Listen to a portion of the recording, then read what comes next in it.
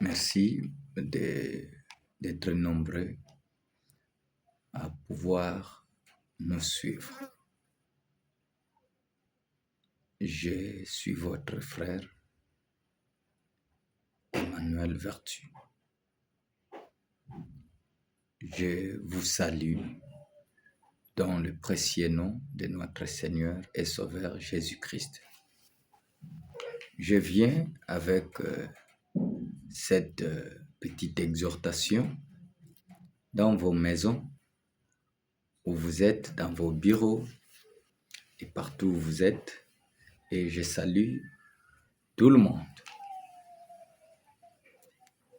Nous voulons un peu partager cette petite exhortation avec le peuple de Dieu.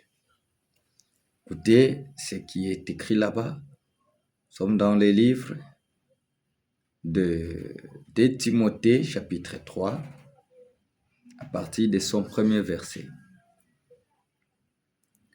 Et nous voulons qu'après avoir entendu cette exhortation, que le peuple de Dieu puisse se retourner vers Dieu, puisse rentrer à Dieu, qu'ils comprennent qu'ils sont tombés dans l'esprit des derniers jours, l'esprit qui doit conduire les derniers temps. Et les choses que notre Seigneur avait prédit, avait annoncé d'avance, tout de suite là, ensemble avec vous, nous allons les découvrir. Nous passons directement à la lecture de la parole de Dieu. Tu dois savoir, nous sommes dans 2 Timothée chapitre 3, verset 1er. Moi et toi, nous devons savoir. Tu dois savoir. Dans les derniers jours, il y aura des moments difficiles. Il y aura des moments difficiles. Et ces moments-là, c'est ces moments dans lesquels nous vivons. Et tous, nous voyons les temps difficiles. L'économie mondiale ne répond plus aux besoins des hommes. C'est pourquoi Dieu a dit, venez à moi, vous tous qui êtes chargés et fatigués, je vous donnerai du repos. Vous tous qui êtes fatigués et chargés. Il n'a pas dit, tournez-vous vers les politiciens, mais il a dit, tournez-vous vers moi et vous vivrez. Parce que les politiciens déçoivent, la politique déçoit. Et les systèmes de ce monde déçoivent. Les organisations mondiales de ce monde déçoivent. Mais il y a un seul qui ne déçoit personne, c'est le Seigneur Jésus-Christ. Quand je vous parle, je sais de quoi je parle. Mais bien aimé, il dit, il y aura des temps difficiles. Les gens seront tellement égoïstes, et nous les voyons. Nous les voyons. Les gens sont devenus, ils veulent tout gagner. Moi, rien que moi, dans toutes les sphères. Il n'y a que moi, sans moi, vous ne pouvez rien. Non, celui qui peut dire ça, ce n'est que Dieu. Et lui veut tout s'accaparer. Et c'est ça l'esprit qui anime les gens dans les derniers jours. Les gens seront égoïstes. Voici ce qui caractérise les derniers jours. Ils seront amis de l'argent. Ils se vanteront, des vantards. Ils seront orgueilleux. À celui-là, on ne peut rien dire. Il est déjà plein. Et la Bible dit, un orgueilleux, c'est un homme maudit. Il faut sortir dans l'orgueil. L'orgueil précède la chute. Et plus l'homme s'élève, plus sa chute sera catastrophique. Et quand l'homme s'enorgueillit, un homme orgueilleux En lui, en réalité, il n'y a rien. C'est un homme vide. Voyez, écoutez, ils sont orgueilleux. Quand tu lui présentes la parole de Dieu, il te trouve comme si tu étais son caca, des excréments. Et il se moque même de toi. Ça, c'est l'orgueil qui fait que l'homme puisse se moquer de la parole de Dieu. Alors regardez, les hommes seront orgueilleux et ils insulteront Dieu. Comment les gens insultent Dieu? Lorsque vous faites ce qui est contre nature. Parce que la Bible dit, tout ce que Dieu créa, il vit que cela était bon. Alors, quand toi, tu changes ce que Dieu a créé, tu fais cela en contre nature. Je prends un exemple. Dieu t'a donné les cheveux naturels et il trouva que cela était bon. Mais toi, tu ne veux pas de cela, tu ajoutes. Tu mets des plantes, tu mets des mèches, tu insultes Dieu. Tu insultes Dieu. Voyez, des contre-natures. D'autres façons d'insulter Dieu, c'est quand l'homme se couche avec une bête. Ça, c'est insulter Dieu. Et quand l'homme se couche avec son confrère homme, il insulte Dieu. L'homosexualité, c'est l'insulte contre Dieu. Les femmes sexualité, c'est l'insulte contre Dieu. Le mariage gay, c'est l'insulte contre Dieu. Voyez, les femmes, les hommes qui sont transformés des pédés, comme il m'a appelé des pédés, c'est l'insulte contre Dieu. Tout ce qui est contre nature, c'est l'insulte contre Dieu. Et tous les impolis ont les billets pour l'enfer. Ils insulteront Dieu. Ils désobéiront à leurs parents. Ils ne seront plus capables de dire merci. Ah, nous l'avons entendu l'autre fois. Les gens ingrats, les ingrats, incapables de dire merci à quelqu'un qui t'a donné quelque chose. Merci à tes parents parce qu'ils t'ont enfanté, ils t'ont mis au monde. Non. Non. Incapable de dire merci aux parents. Et tu ne fais que les insulter. Ah, je ne sais même pas pourquoi tu m'as enfanté. Ah, je ne sais. Ça, ce sont des insultes contre Dieu. C'est l'ingratitude. Et c'est ça qui caractérise le dernier temps. Tu es ingrat. Ingrat. Et Dieu hait l'ingratitude. Dieu n'aime pas les ingrats. Voyez, ici, la Bible dit, ils ne respecteront plus les choses de Dieu, qui ne les voient pas. Les gens bénissent les mariages gays. Les gens bénissent les homosexuels, unissent les homosexuels. Et vous allez dire que celui-là, c'est un serviteur de Dieu. La Bible dit, les envoyés de Dieu disent que les paroles de Dieu ne font que ce qu'ils ont vu de Dieu. Qui a assisté au conseil de Dieu? Qui a reconnu le bras de l'Éternel? C'est celui-là que Dieu envoie. C'est lui qui a assisté au conseil de Dieu. Il sait la volonté de Dieu. Il connaît qu'est-ce que Dieu désire. Un serviteur de Dieu ne peut pas unir les homosexuels. Un serviteur, un envoyé de Dieu, il ne peut pas unir les homosexuels. Il ne peut pas approuver l'homosexualité. Voyez combien les hommes sont tombés trop bas. Voyez.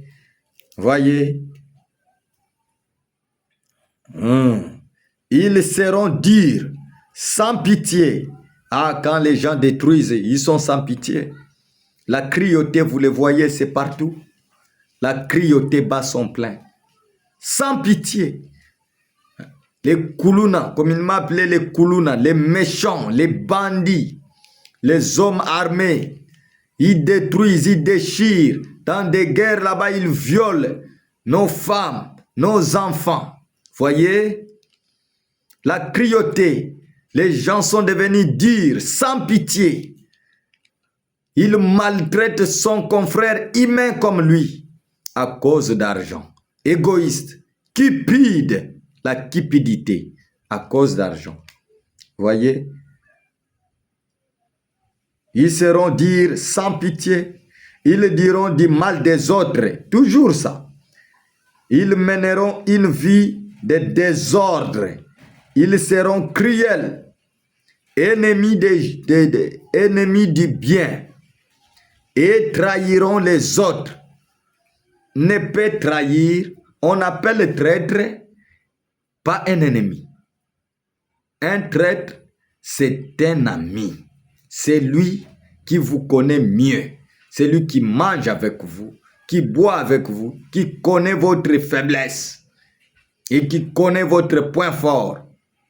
C'est celui qui est à mesure de vous trahir. La trahison. C'est-à-dire la personne en qui vous avez placé votre confiance, en qui vous avez donné confiance, et il se détourne contre vous pour vous détruire. Votre confident. Un ennemi n'est pas à mesure de vous trahir parce qu'il ne vous connaît pas. C'est pourquoi nous devons faire attention avec notre entourage. C'est pourquoi la Bible dit, ne faites même pas confiance à votre femme, même pas confiance à qui que ce soit. Faites confiance à Dieu parce qu'il ne trahit personne. Mais ce sont des hommes qui trahissent Dieu. Voyez, des traîtres. Ils trahiront les autres. Ils seront violents. Ah, la violence, c'est partout. L'orgueil les rendra aveugles. Voyez, l'orgueil. Quand vous lui parlez, lui, il pense qu'il connaît tout. C'est l'orgueil qui l'a rendu aveugle. En réalité, il ne connaît rien. Mais, tellement que l'orgueil est collé à sa peau, et ça lui a rendu aveugle. Voyez, et ils aimeront les plaisirs au lieu d'aimer Dieu. Les plaisirs au lieu d'aimer Dieu. Alors c'est ce que nous voyons aujourd'hui. C'est ce que nous voyons aujourd'hui. Au verset, nous allons directement au verset 6 là-bas. Certains d'entre eux ont l'habitude d'aller dans les maisons et ils prennent de leurs pièges des femmes faibles. Là-bas, dans la traduction Louis II, là-bas on dit des femmes qui ont des esprits faibles. Des femmes qui ont les esprits faibles. Dans la traduction Louis II. Voyez, au verset 6 là-bas. Des femmes d'un esprit faible et borné, chargées de péchés, agitées par des passions de toute espèce. Regardez la femme aujourd'hui, chargée de péchés. L'enfer n'a pas été créé pour toi, ma soeur. L'enfer a été créé pour Satan qui a désobéi, qui s'est révolté contre Dieu. Ah, même, comme Satan est malin, il ne veut pas aller en enfer seul. Il veut toujours partir avec des gens. C'est comme ça qu'il s'est incarné en vous, qu'il a envoyé ses démons entrer en vous pour vous agiter. Pour vous agiter. Voyez, c'est ça le témoignage de la Bible. Agité par des passions de toute espèce. Satan vous a déshabillé.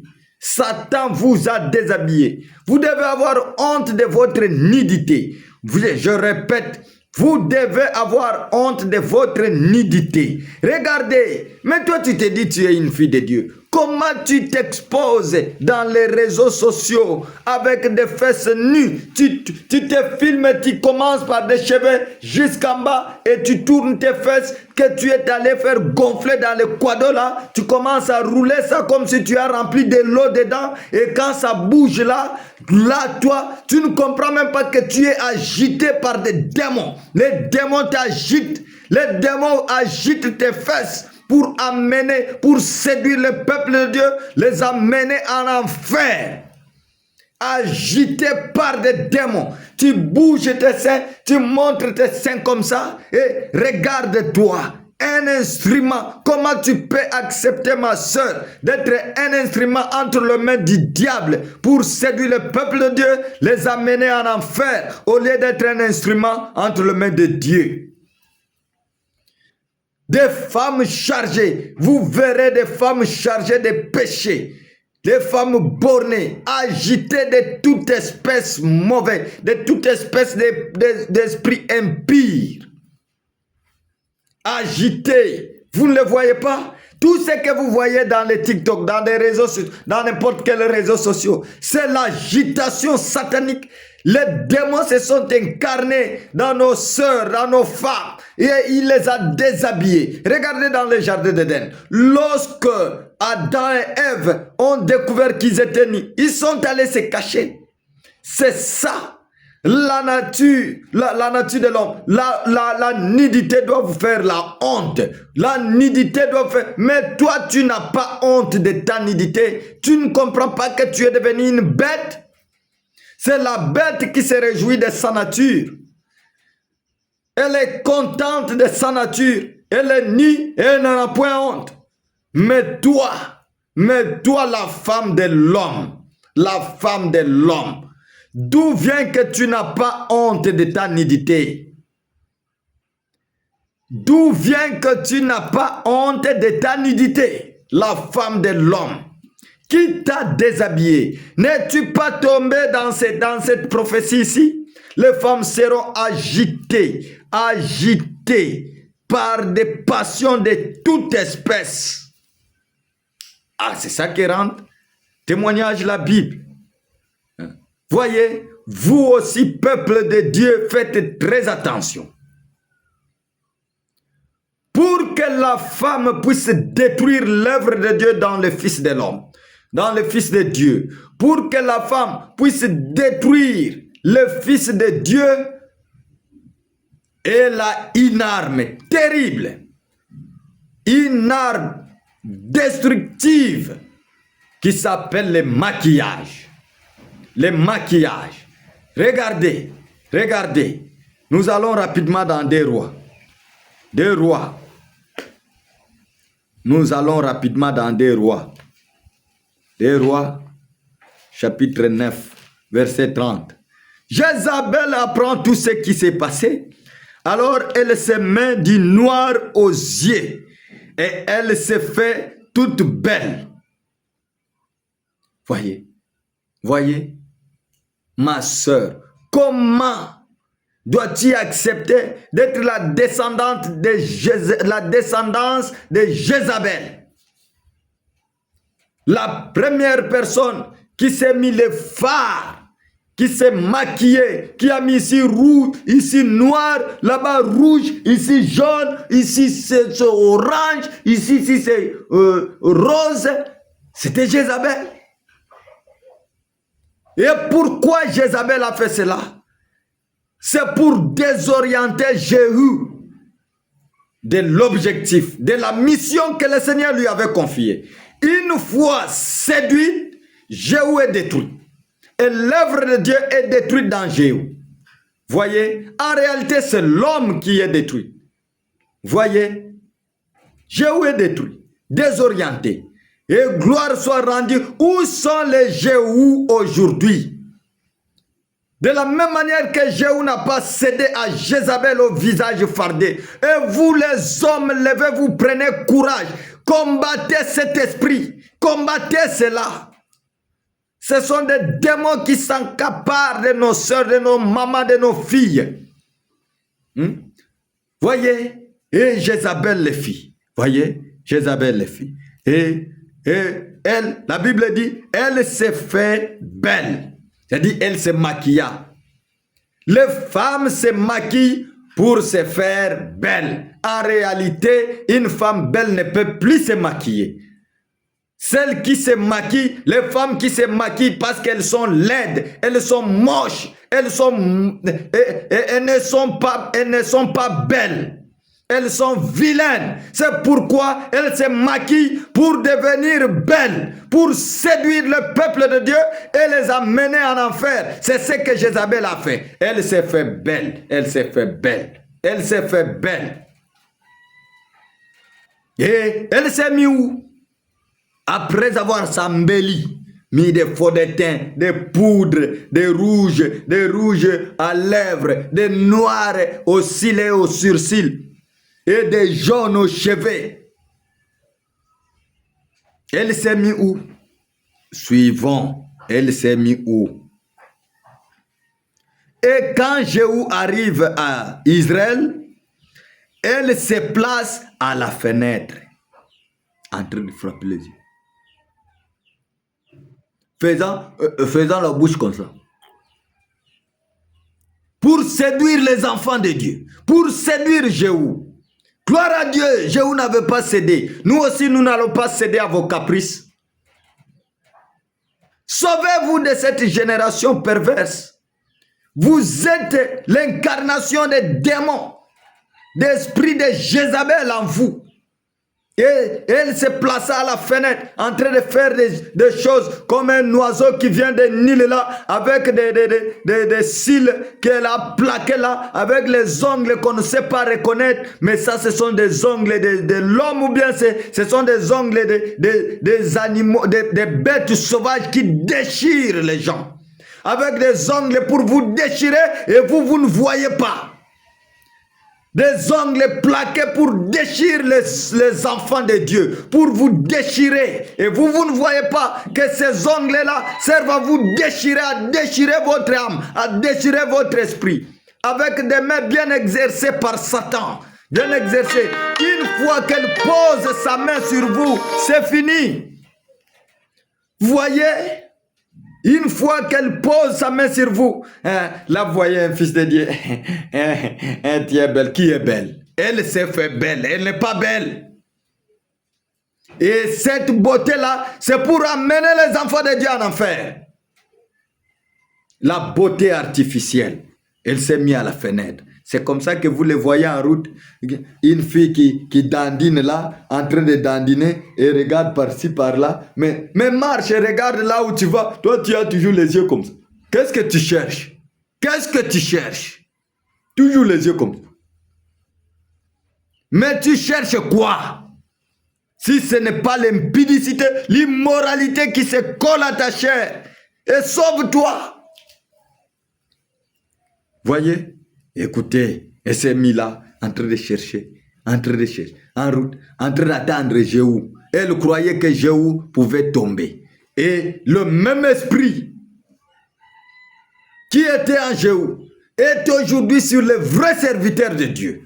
Pour combattre contre ces démons, contre cet esprit méchant qui s'empare de nos sœurs, de nos enfants, de nos mamans. Regardez dans les réseaux sociaux, Satan a fait de vous ces instruments, a fait de vous, vous n'avez pas honte de votre nudité, mais Adam et Ève se sont couverts par des feuilles de figues, parce qu'ils avaient honte de leur nudité, mais vous êtes tombés trop bas, l'homme sans Christ est comme un animal, l'esprit des animaux, vous avez envié des chaînes, vous êtes devenus des chaînes, et quelle est la fin de Jézabel? Elle fut mangée par des chiens.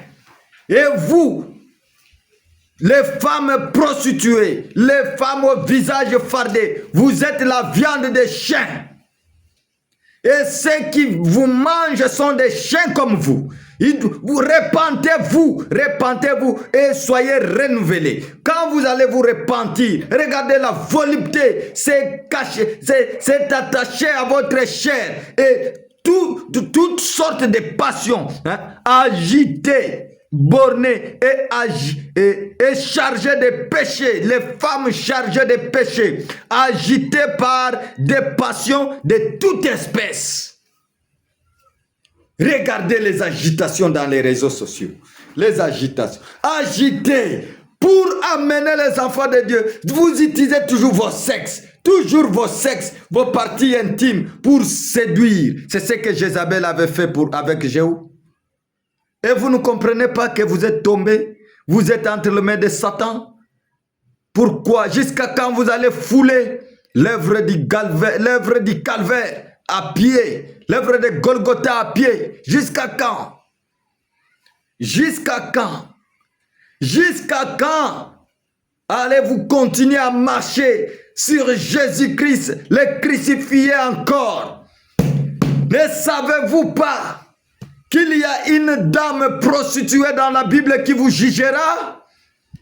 Marie de Magdala, elle a reconnu le Christ, le Fils du Dieu vivant. Elle a reconnu les jours de sa visitation, les jours de son salut. Marie de Magdala, Marie est venue à Dieu. Elle vous jugera. Elle vous jugera. Elle n'a pas pris la part de Jézabel. Elle a plutôt pris la part de Jésus-Christ. Et vous, oh, peut-être tu vas me dire, mais mon frère, mais si j'abandonne cette vie de prostitution, comment je vais encore me nourrir? Comment je vais encore me vêtir? Mais je te pose la question, ma soeur. Quand Marie de Magdala, quand cette femme-là a abandonné la vie de prostitution, cet adultère qu'on accusait, lorsqu'elle a abandonné, qu'est-ce qu'elle était devenue?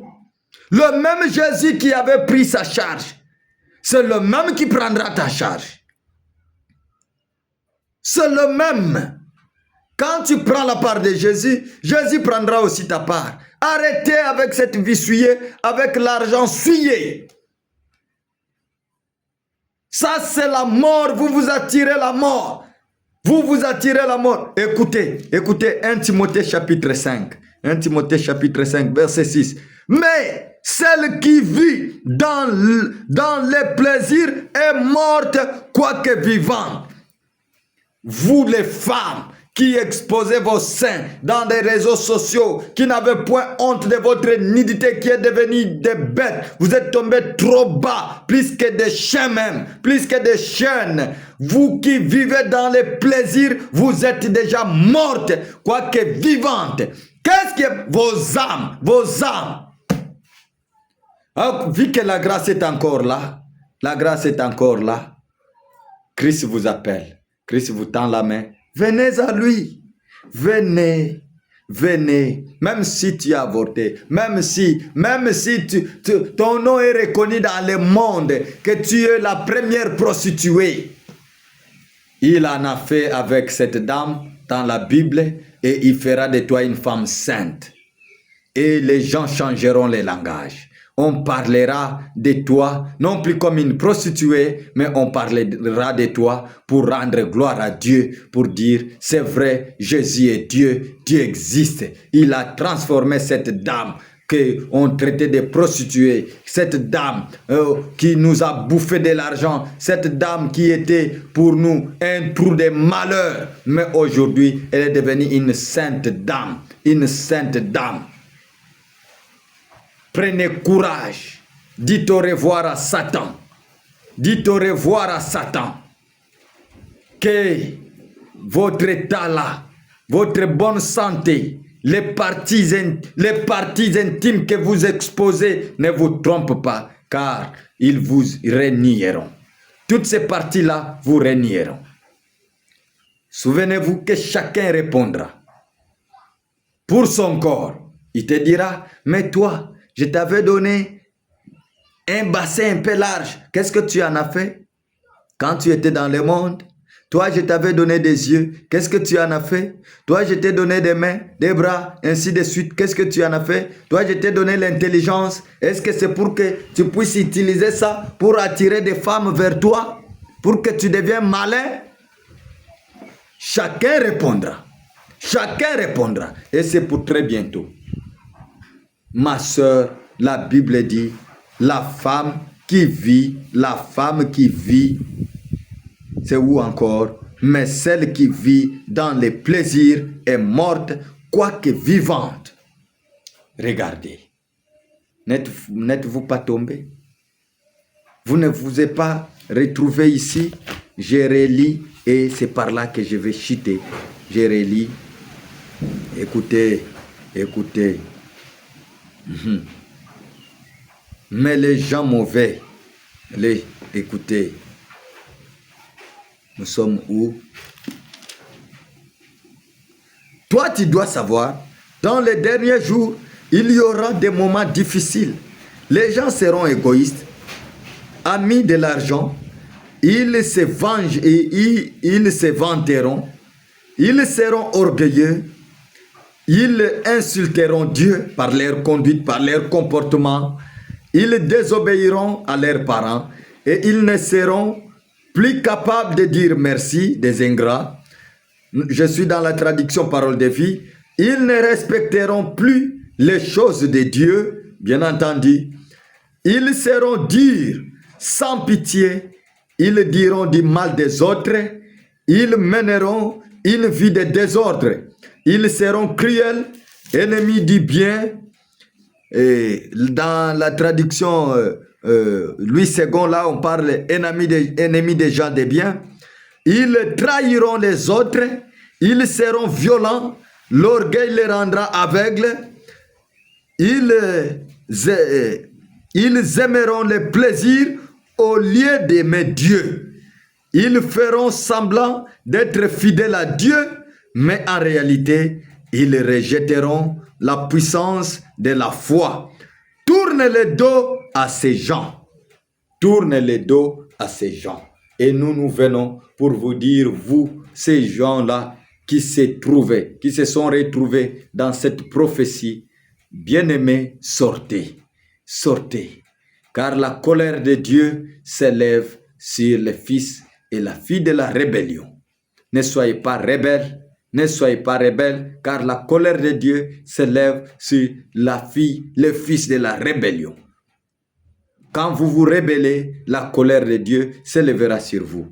Oui, voyez, écoutez, et c'est comme ça, ils rejetteront la puissance, ils rejetteront la puissance de la foi.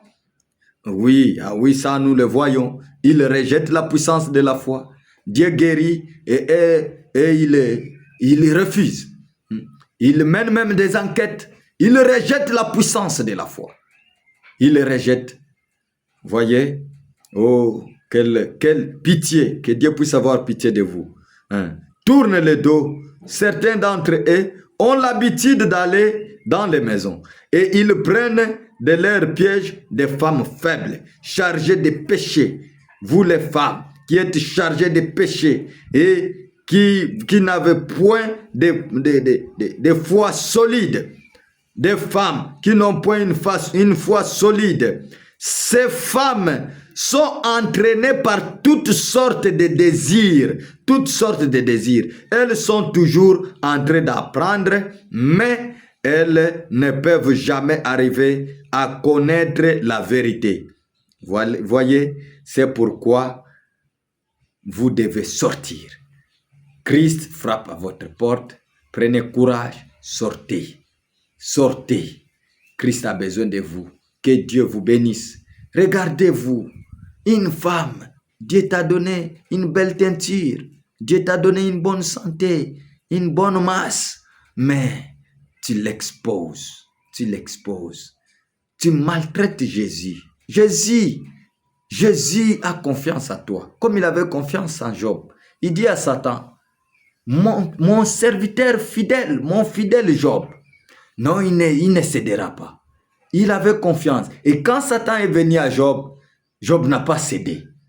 Et il dit, Brigitte, ma fille, Caroline, ma fille, tu connais ton nom, mets ton nom, ma fille, j'ai confiance en elle. Elle ne va plus se déshabiller, elle ne va pas se déshabiller. Mais Satan est venu à toi, il t'a exposé l'argent.